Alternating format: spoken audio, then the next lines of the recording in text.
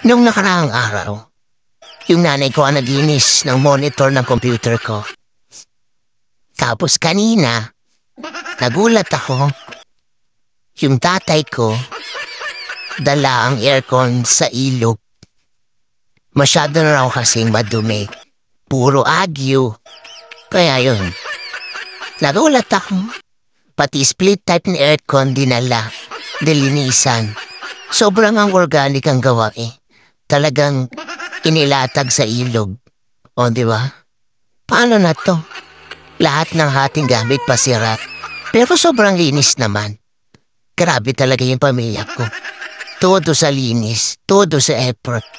Kahit sobrang bigat ng aircon, pinilit dalin sa ilog. Oh, nice. Hindi ko alam kung may katulong to pagbuhat ito sa ilog eh.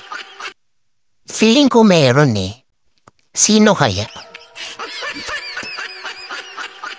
Nagtipid siya sa tubig, hindi sa loob or hindi sa may bahay namin naghugas. Tinipid ang tubig namin pero nasira ang aircon. Oh, 3 aircon to.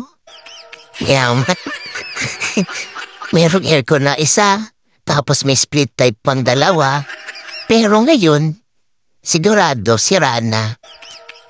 Electric pa naman siguro ang gagamitin namin. Ano kaya susunod na lilinisin ng pamilya ko? Kasi parang hindi ko alam kung lahat masisira na lahat ng gamit eh. Feeling ko talaga nakukulangan kami sa gamit. Gusto siguro ng pamilya ko puro bago ang gamit.